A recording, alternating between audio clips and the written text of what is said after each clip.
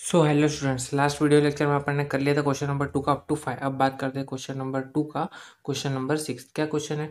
Question दिया है, name the reagent used to bring about the following conversions. ठीक है, रिएजेंट का नाम देना है जो कन्वर्जन कर सकता है। तो 6 के अंदर फर्स्ट वन क्या दिया है?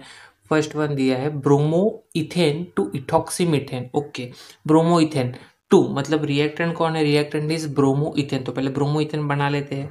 तो ब्रोमो इथेन क्या हो जाएगा? CH3 CH2 and Br। This is bromo ethane. Bromo ethane से कहाँ पे जाना है? Ethoxy ethane. मतलब इसको प्रोडक्ट क्या चाहिए? इसको प्रोडक्ट चाहिए इथॉक्सी इथेन। तो इथॉक्सी मतलब ये हो जाएगा CH3 CH2O एंड इथेन मतलब यहाँ पे वापस से CH2 CH3। ये हो गया इथॉक्सी इथेन। ठीक है, अब कौन सा रिएजेंट यूज करेंगे? सबसे पहले तो चेक करो कौन सा रिएक्शन है।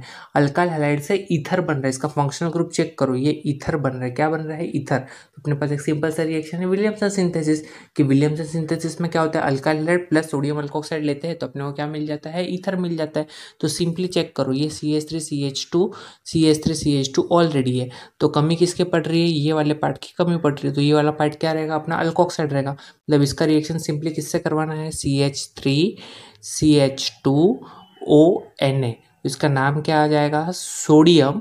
और ये वाला पार्ट इथॉक्साइड। तो रिएजेंट का नाम देने बोला, तो रिएजेंट का नाम क्या आएगा? रिएजेंट का नाम आएगा सोडियम इथॉक्साइड। Sodium ethoxide. तो जब इसका रिएक्शन तुम लोग करा दोगे आपस में तो प्रोडक्ट क्या मिलेगा? प्रोडक्ट मिलेगा ईथर। सिंपल था क्वेश्चन। ओके, अब इसके बाद नेक्स्ट क्या है? सेकेंड 6 के अंदर दिया है 1 क्लोरोप्रोपेन। ओके, पहले 1 क्लोरोप्रोपेन बना लेते हैं। प्रोपेन बोला तो CH3CH2CH2Cl। 1 क्लोर बोला इसलिए 1 पे Cl। इसको किस में कन्वर्ट करना है? 1 chloropropane to 1 nitropropane. Okay, CH3CH2CH2NO2। Okay, मतलब ये रिएक्शंस ऑफ अल्काइल हैलाइड है। क्या है? Reaction chemical properties of alkyl halide की तुमको क्लोरीन की जगह पे क्या लाना है? NO2 लाना है। तो किसके साथ रिएक्शन करोगे अल्काइल हैलाइड का? कि प्रोडक्ट में तुमको नाइट्रो मिल जाएगा। सिंपल सा रिएक्शन है। कौन सा? सिल्वर नाइट्राइट AgONO वाला रिएक्शन। कौन सा? जब इसका रिएक्शन तुम लोग सिल्वर नाइट्राइट के साथ कराते हो AgONO, तो ये केस में जो प्रोडक्ट बनता है वो नाइट्रोजन के थ्रू बनता है, क्योंकि कोवेलेंट बॉन्ड होता है, इतना आसानी से ब्रेक नहीं होता है। ठीक है, तो इसके लिए इसके प्रोडक्ट में क्या बनता है? नाइट्रो अल्किन बनता है। क्लियर? प्लस AgCl यहाँ पे प्रेसिपिटेट हो जाता है। प्लस AgCl यहाँ पे प्रेसिपिटेट आउट हो जाता है। ठीक है, तो रिएजेंट का नाम पूछा तो कौन सा रिएजेंट का नाम आएगा? सिल्वर नाइट्राइट आएगा। रिएजेंट का नाम क्या आएगा? Silver nitrite. क्लियर? चाहिए तो लिख भी लो। सिल्वर नाइट्राइट के साथ करोगे तो तुम लोग को इसका आंसर मिल जाएगा। क्लियर है? एकदम सिंपल सा रिएक्शन था, कुछ था नहीं। ओके, इसके बाद थर्ड वन क्या दिया है इसी के अंदर? Ethyl bromide two ethyl isocyanide. Ethyl bromide बोला तो पहले इथाइल ब्रोमाइड बना लेते हैं CH3CH2Br। और इसको किसमें कन्वर्ट करने बोला है? Two ethyl isocyanide. ये रहा तुम्हारा इथाइल CH3CH2 और आइसोसाइनाइड मतलब NC बोला है, NC आइसोसाइनाइड। तो इसका रिएक्शन किससे कराओगे? AgCN से कराओगे। KCN से नहीं, KCN से कराओगे तो साइनाइड बनेगा। AgCN से कराओगे, सिल्वर साइनाइड से कराओगे तो तुम लोगों को क्या मिलेगा? आइसोसाइनाइड मिलेगा प्रोडक्ट में। तो AgCN, तो रिएजेंट का नाम क्या हो गया? सिल्वर साइनाइड हो गया इसका नाम। तो रिएजेंट का नाम पूछे तो रिएजेंट का नाम क्या आएगा? Silver cyanide. हो गया, सिंपल सा रिएक्शन था, कुछ था नहीं इसमें। ठीक है, इसके बाद फोर्थ वन क्या पूछा है इसी के अंदर पूछा है फोर्थ वन क्लोरोबेंजीन। तो ये रहा तुम्हारा रिएक्टेंट में क्लोरोबेंजीन। तो क्लोरोबेंजीन को किस में कन्वर्ट करने बोला है? बाइफिनाइल। बाइफिनाइल मतलब 2 फिनाइल रिंग्स एक साथ आनी चाहिए, मतलब ऐसा स्ट्रक्चर, 2 फिनाइल रिंग एक साथ। तो ये यहाँ पे आ गया बाइफिनाइल, इसी को बोलेंगे बाइफिनाइल। 2 फिनाइल रिंग एक साथ अटैच करना। तो यहाँ पे तुमको क्लियर कट दिख रहा है कि 2 एरोमेटिक रिंग आपस में फ्यूज हो रही है। तो कौन सा रिएक्शन है? It is a फिटिक reaction. It is a फिटिक reaction. तो ये कौन सा रिएक्शन है? यहाँ पे सोडियम मेटल लेना है तुमको 2 बार, प्लस वापस से एक बार क्लोरोबेंजीन लेना है। तो यहाँ पे जो प्रोडक्ट मिलेगा वो 2NaCl निकलेगा और ये वाला कार्बन आपस में बॉन्ड बना लेगा, तो बाइफिनल प्रोडक्ट बनेगा ड्राई ईथर के प्रेजेंस में। DE, ड्राई ईथर के प्रेजेंस में रिएक्शन होगा। फिटिक रिएक्शन है इसका नाम। ठीक है, अब रिएजेंट का नाम क्या है? क्लोरोबेंजीन एंड सोडियम मेटल, दोनों ही चीज़ लेना पड़ेगा एक एक, मतलब सोडियम मेटल 2 बार और क्लोरोबेंजीन 1 बार। ठीक है, तो ये है तुम्हारा फिटिक रिएक्शन। सिंपल सा आंसर था। ओके, हम बात करते हैं आगे। आगे क्या दिया है? क्वेश्चन नंबर 2 का 7th की बात करते हैं। क्या दिया है इसमें, arrange the following in increasing order of boiling points. Okay, increasing order physical property पे क्वेश्चन है, मैंने तुमको बोला था फिजिकल प्रॉपर्टी पे नॉर्मली क्वेश्चन नहीं आता, बट आया तो बॉइलिंग पॉइंट से रिलेटेड आएगा। ठीक है, तो लो आ गया बॉइलिंग पॉइंट से रिलेटेड। तो मैंने तुमको बताया था बॉइलिंग पॉइंट से रिलेटेड कैसे करना है तुम लोग को। ठीक है, चलो चेक कर लेते हैं बॉइलिंग पॉइंट से रिलेटेड क्या क्वेश्चन है। तुमको 4 ऑप्शन दिया है। पहला दिया है 1 ब्रोमोप्रोपेन, ऑप्शन ए दिया है 1 ब्रोमो। तो एक काम करते हैं अपन ना स्ट्रक्चर ही बनाते चलते, तो तुम्हारा काम और आसान हो जाएगा। ठीक है, तो CH3 CH2 CH2, option A दिया है 1 ब्रोमोप्रोपेन, बना लिया। ऑप्शन बी दिया है 2 ब्रोमोप्रोपेन, मतलब CH3 CH CH3 एंड यहाँ पे दे दिया है ब्रोमीन।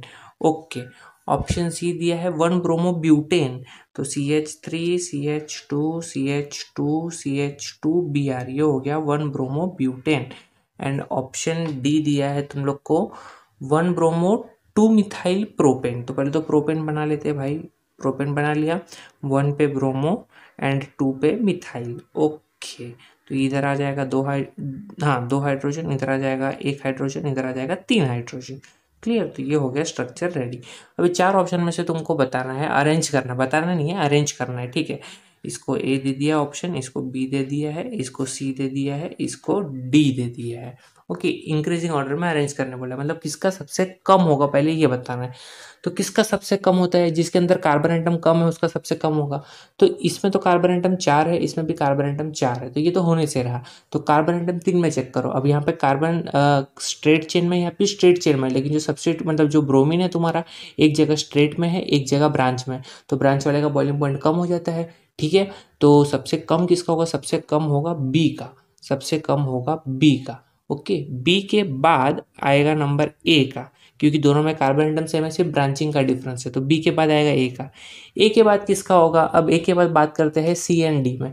तो सी एंड डी में चेक करो, जो ब्रांचिंग होता है उसका कम होता है, तुमको इंक्रीजिंग बोला है, मतलब सबसे लास्ट में कौन आएगा, जो सबसे ज़्यादा वाला रहेगा वो सबसे लास्ट में आएगा, बराबर। तो इन दोनों में से कम कौन है, इन दोनों से जो ब्रांचिंग में रहेगा वो कम रहेगा। तो बी ए के बाद क्या आएगा, डी, और सबसे लास्ट में सी आएगा। मतलब यहाँ पे इंक्रीजिंग ऑर्डर बोला। ओके, मैंने साइन गलत लगा दिया, माय मिस्टेक, सॉरी, मैंने साइन गलत लगा दिया। ठीक है, सबसे कम होगा बी का, उसके बाद होगा ए का, उसके बाद होगा डी का, और सबसे लास्ट में होगा सी का। तो जो सी का बॉइलिंग पॉइंट रहेगा सबसे ज़्यादा रहेगा। पहले मैंने साइन गलत लगाया था, it's my mistake. Okay, so answer will be B A D C. तो इंक्रीजिंग ऑर्डर में बोला तो इंक्रीजिंग ऑर्डर में आ जाएगा, सबसे कम रहेगा बी का, सबसे ज़्यादा रहेगा सी का। क्लियर, एकदम सिंपल सा आंसर था, बस साइन में गलती मत करना जो मैं अभी किया था थोड़ी देर पहले। ठीक है, क्लियर, ओके। इसके बाद बात करते हैं क्वेश्चन नंबर 8। क्या दिया है question number 8, match the following pairs. एकदम सिंपल क्वेश्चन है question number 8, match the following pairs. तो क्या है इसका, चेक कर लेते हैं। मैच द पेयर में कॉलम 1 कॉलम 2 दिया है। तो पहला कॉलम क्या दिया है, CH3 CH3 एंड यहाँ पे दिया है X। ओके, इसका तुमको बताना है कि ये अलाइल हैलाइड है, विनाइल हैलाइड है, क्या है। तो ये सिंपली तुमको दिख रहा है कि ये तो एक अल्काइल है और ये हैलाइड है। तो कौन सा ऑप्शन कॉलम 2 में से मैच होगा, ऑप्शन नंबर 2 मैच होगा, जो कि है अल्काइल हैलाइड। क्लियर, उसके बाद इसकी बात करते हैं, ये क्या है, CH2 डबल बॉन्ड CH2X। अब ये क्या है, ये वाले पार्ट को बोलते हैं अलाइल, इतने पार्ट को बोलते हैं अलाइल। तो अलाइल को हैलाइड अटैच है तो इसको क्या बोलेंगे, अलाइल हैलाइड। तो कौन सा ऑप्शन मैच हो रहा है, ऑप्शन 3 मैच हो रहा है कॉलम 2 का। और बचा लास्ट वाला क्या है, CH2 डबल बॉन्ड CHX। तो सिर्फ इतने पार्ट को बोलते हैं विनाइल। तो विनाइल को हैलाइड अटैच है तो इसको बोलेंगे विनाइल हैलाइड। तो ऑप्शन 1 कॉलम 2 का। तो ये हो गया मैच द फॉलोइंग पेयर्स। ये भी एकदम सिंपल था, कुछ था नहीं। इसके ऊपर मैं डिटेल में वीडियो बना चुका हूँ, किसको अलाइल हैलाइड बोलते हैं, इसके एग्जांपल्स भी ले चुका हूँ, किसको अलाइल बोलते हैं, किसको विनाइल बोलते हैं, किसको सिंपली अल्काइल हैलाइड बोलते हैं। ठीक है, ओके, तो ये एकदम क्लियर है, इसमें कोई भी डाउट वाली बात नहीं है। अब बात करते हैं क्वेश्चन 3 की, मेन क्वेश्चन नंबर 3। अब क्वेश्चन नंबर 3 क्या है, गिव रीजंस। अब ये ध्यान से सुनना, इसका रीजंस तुमको पता होना चाहिए। गिव रीजन में पहला वाला है, अब मैं तुमको डिटेल वर्ड टू वर्ड लिखा के नहीं दूंगा, तो तुमको नोट्स में मिल जाएगा। मैं यहाँ पे तुमको बस उसका एक्सप्लेनेशन दे रहा हूँ ताकि तुमको नोट्स में से तुरंत समझ में आ जाए, अगर तुम लोग पॉइंट टू पॉइंट पढ़ रहे हो तो। ठीक है, क्वेश्चन 3 का 1 क्या दिया है, haloarenes are less reactive than haloalkanes. Haloarenes are less reactive, haloarene less reactive क्यों होते हैं as compare to haloalkanes, ये तुमको बताना है। Haloarenes are less reactive क्यों, इसका रीजन तुमको बताना है। अब ध्यान से सुनो, मैं तुमको 2 स्ट्रक्चर एक्सप्लेन करता हूँ। सबसे पहले हेलो अरिन का स्ट्रक्चर बना देता हूँ। ये है तुम्हारा यहाँ पे double bond double bond double bond और यहाँ पे रहेगा कोई भी हैलोजन। अब बात करते हैं सिंपली अल्काइल हैलाइड का RX। अब यहाँ पे चेक करना, ये है तुम्हारा हेलोरिन एंड ये है अल्काइल हैलाइड। अब यहाँ पे होता क्या है ना, ये जो हलाइड है इसके जो लोन पेयर है, इसके lone pairs due to plus M effect ये क्या करते हैं, इलेक्ट्रॉन को अंदर डोनेट करते और ऐसा करते, जिसकी वजह से होता क्या है, हलाइड और ये वाले कार्बन के बीच पार्शियली क्या आ जाता है थोड़े टाइम के लिए, due to resonating structures double bond आ जाता है, पार्शियली डबल बॉन्ड आता है ड्यू टू रेजोनेटिंग स्ट्रक्चर। तो डबल बॉन्ड को ब्रेक करना इतना आसान नहीं होता है।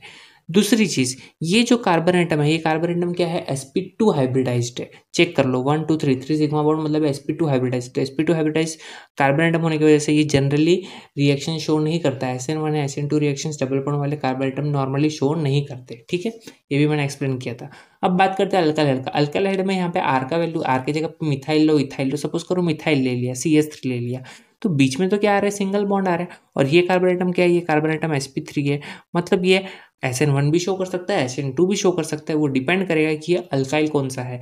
मतलब डिपेंड करेगा ये 0 डिग्री है, 1 डिग्री है, 2 डिग्री है, 3 डिग्री, उसके ऊपर से डिसाइड होगा कि ये कौन सा सब्स्टिट्यूशन रिएक्शन शो करेगा, SN1 करेगा कि SN2 करेगा। बट इतना फिक्स है, इसके कंपेयर में ये ज़्यादा रिएक्टिव रहेगा। क्यों? क्योंकि यहाँ पे कोई भी बीच में पार्शियली डबल बॉन्ड नहीं आ रहा है, यहाँ पे जब सिंगल बॉन्ड है तो सिंगल बॉन्ड को ब्रेक करना आसान होता है as compare to double bond, partially double bond, ठीक है। इसकी वजह से ऐसा कहा जाता है कि alkyl halides are more reactive, मतलब ये haloarenes are less reactive than haloalkanes. Clear है, इसका रीजन समझ में आ गया? ओके, नोट्स में तो तुमको पॉइंट टू पॉइंट मिल जाएगा, मेरा काम है रीजन समझाना। ओके, बाकी आंसर तुम लोग खुद से भी लिख सकते हो, कोई बड़ी बात नहीं है। क्वेश्चन 3 का 2 क्या दिया है, alkyl halides though polar are immiscible with water. मतलब ये कहा गया है कि अल्काइल हैलाइड पोलार है, ठीक है, अल्काइल हैलाइड इज पोलार है। पोलार है कि नहीं है पहले मुझे ये बताओ। हाँ है, अल्काइल हैलाइड्स पोलार है। क्यों पोलार है? क्योंकि R और X के बीच में इलेक्ट्रोनेगेटिविटी का डिफरेंस है, इसके लिए जो अल्काइल हैलाइड है ये पोलार मॉलिक्यूल है, ठीक है। तो ऐसा पूछा गया है कि ये पोलर मॉलिक्यूल होने के बावजूद ये वाटर में डिजोल्व क्यों नहीं हो पाता, ये वाटर में अच्छे से डिजोल्व क्यों नहीं हो पाता। तो उसका रीज़न क्या है? उसका रीज़न है कि अल्काइल हैलाइड वाटर के साथ हाइड्रोजन बॉन्डिंग शो नहीं कर सकता, इतने अच्छे से हाइड्रोजन बॉन्डिंग शो नहीं कर सकता। दूसरी चीज़, पहला रीज़न मैंने क्या बोला कि ये हाइड्रोजन बॉन्ड नहीं बना सकता वाटर के साथ, तो इसके लिए डिजोल्व नहीं हो सकता। जब तक बॉन्ड नहीं बनेगा डिजोल्व कैसे होगा, ठीक है।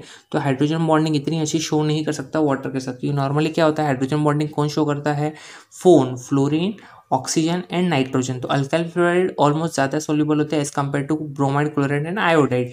लेकिन मोस्टली अपन फ्लोराइड को जल्दी यूज़ नहीं करते, मोस्टली अपन क्या यूज़ करते हैं, ब्रोमाइड एंड क्लोराइड। तो वो लोग वाटर में ज़्यादा सोल्यूबल नहीं होते क्योंकि वो हाइड्रोजन बॉन्डिंग बनाने की कैपेसिटी नहीं रखते। दूसरी चीज़ कि इनके बीच का जो अट्रैक्शन है, आर और एक्स के बीच का जो अट्रैक्शन है, ये अट्रैक्शन ज़्यादा होता है as compare to x and water के बीच का अट्रैक्शन।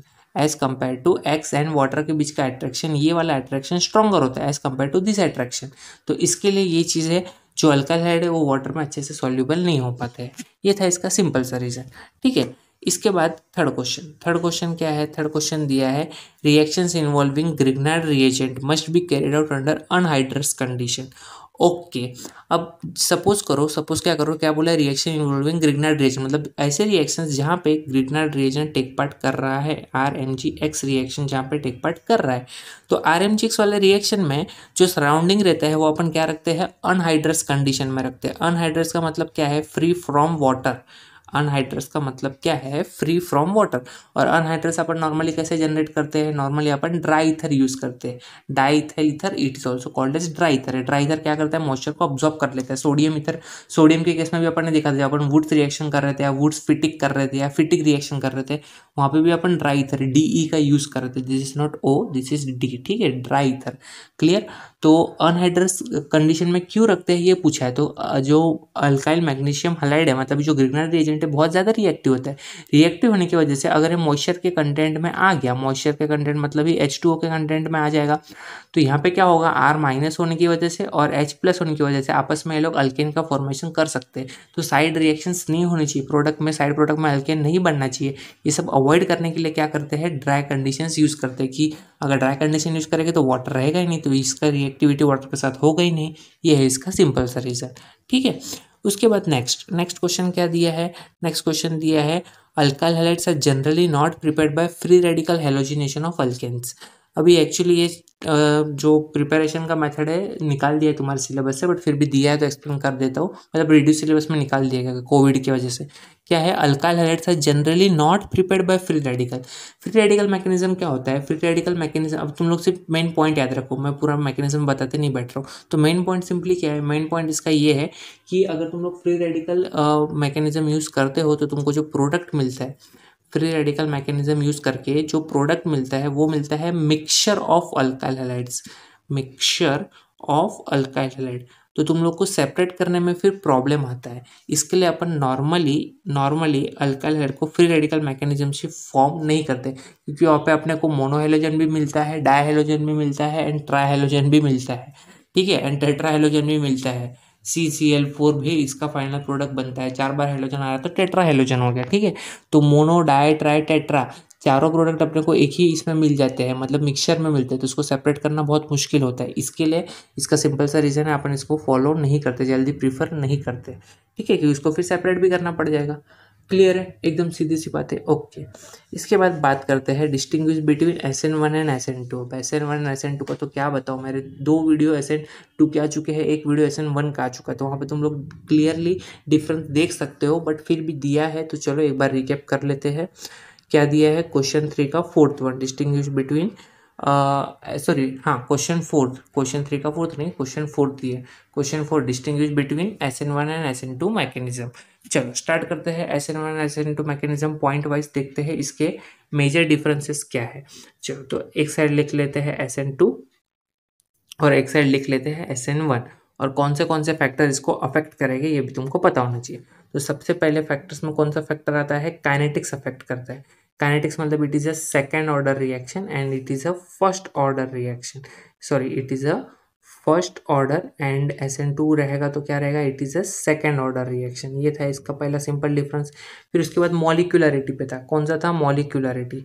तो मॉलिक्यूलरिटी में नाम के अंदर ही दिया है, नाम के अंदर ही दिया है 2 आ रहा है, तो इसलिए अपन इसको क्या बोलते थे, बायमॉलिक्यूलर बोलते थे, बायमॉलिक्यूलर। और 1 आ रहा है इसलिए इसको क्या बोलेंगे, यूनिमॉलिक्यूलर। 1 आ रहा है इसलिए क्या बोलेंगे, यूनिमॉलिक्यूलर, ओके, यूनिमॉलिक्यूलर, ठीक है, ये यूनिमॉलिक्यूलर, ठीक है।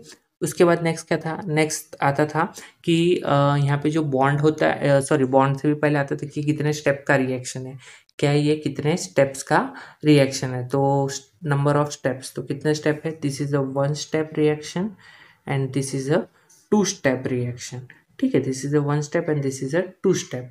उसके बाद में अगर अपन बात करें कि bond formation and bond breaking कैसे होता था, तो यहाँ पे तुमको पता होना चाहिए कि यहाँ पे जो bond breaking and bond formation है वो साइमल्टेनियसली होता था, इसीलिए 1 स्टेप में हो जाता था पूरा का पूरा, इसलिए पूरा का पूरा तुम्हारा जो रिएक्शन है 1 स्टेप में होता था। और यहाँ पे क्या होता था, पहले बॉन्ड टूटता था, उसके बाद क्या बनता था, कार्बोकटायन बनता था, फिर उसके बाद न्यूक्लियोफाइल अटैक करता था और वहाँ पे प्रोडक्ट बनता था तुम्हारा, ठीक है। तो यहाँ पे साइमल्टेनियसली होता था, यहाँ पे पहले बॉन्ड टूटता था उसके बाद में बॉन्ड बनता था। दूसरी चीज़, यहाँ पे कोई भी इंटरमीडिएट इन्वॉल्व नहीं होता, नो इंटरमीडिएट, यहाँ पे कोई भी इंटरमीडिएट इन्वॉल्व नहीं होता। और यहाँ पे इंटरमीडिएट इन्वॉल्व होता है, कौन सा इंटरमीडिएट इन्वॉल्व होता है, ये रहा, अब भी मैंने बताया कार्बोकटायन यहाँ पे इन्वॉल्व होता है, ठीक है, सिंपल सा चीज़। फिर जब तक पोलरिटी की बात है कि पोलरिटी ऑफ सॉल्वेंट, कौन सा सॉल्वेंट यूज़ करना प्रीफर करना चाहिए, तो SN2 में कौन सा प्रीफर करना चाहिए, SN2 में प्रीफर करना चाहिए अप्रोटिक सॉल्वेंट्स प्रीफर करने चाहिए, अप्रोटिक सॉल्वेंट प्रीफर करने चाहिए। और SN1 में प्रोटिक सॉल्वेंट प्रीफर करने चाहिए, और वो भी कौन से वाले, protic, polar protic solvent prefer करने चाहिए। और यहाँ पे पोलर नहीं भी रहेगा तो चलेगा, बट रहेगा तो ठीक है, या फिर लो पोलरिटी वाले चाहिए, पोलर अप्रोटिक, और यहाँ पे पोलर प्रोटिक सॉल्वेंट प्रीफर करते हैं, ठीक है। तो ये थे इसके maximum differences SN1 and SN2 के बीच के। क्लियर है। अब सिर्फ तुम्हारा क्या क्वेश्चन बचा है, अब बस बचा है optical isomerism, convert the following. तो ये अपन नेक्स्ट लेक्चर में कवर अप कर ले, नेक्स्ट लेक्चर से अच्छा इसी में कवर कर लेते हैं। कौन सा वाला कवर कर लेते हैं, क्वेश्चन 5 कवर कर लेते हैं, ठीक है। अभी टाइम है अपने पास 20 मिनट का बना है, तो 22-23 मिनट का वीडियो बन जाएगा, ठीक है, तो देख लेना। चलो क्वेश्चन 5 देख लेते हैं। Explain optical isomerism in 2 chlorobutane. अब 2 क्लोरोब्यूटेन पहले तो बनाओ, तो ये है 1 2 3 4, ओके 4 हो गया।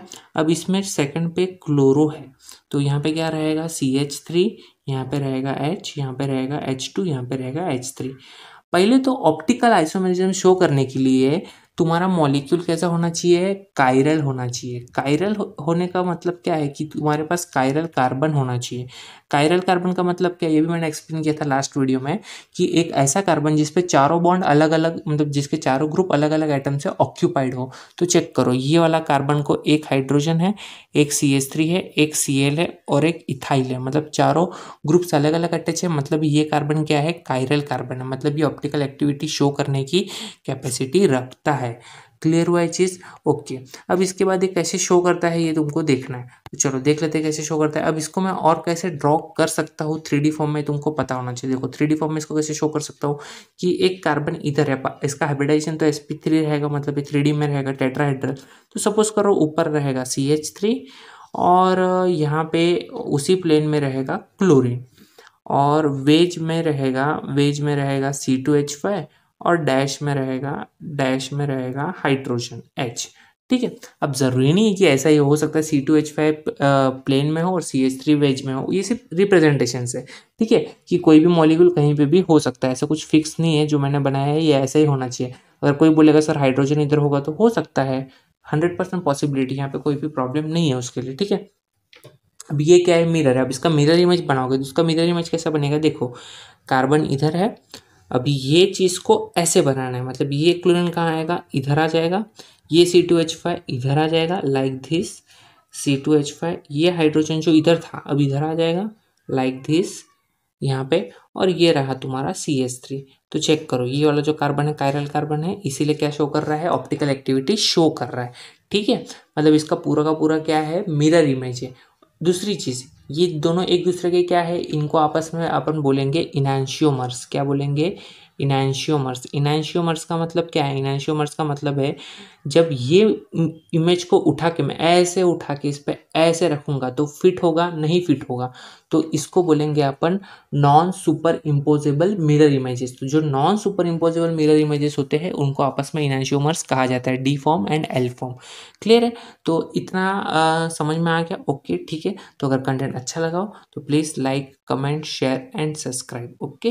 एंड दूसरी चीज़, जो रिमेनिंग क्वेश्चन है वो अपन नेक्स्ट आने वाले वीडियो में कवर अप कर लेंगे। कौन से वाले, क्वेश्चन नंबर 6 से अपना बाकी है, क्वेश्चन नंबर 6, क्वेश्चन नंबर 7, तो 2 ही क्वेश्चन है वो अपन नेक्स्ट वीडियो में कवर अप कर लेंगे। Okay, thank you.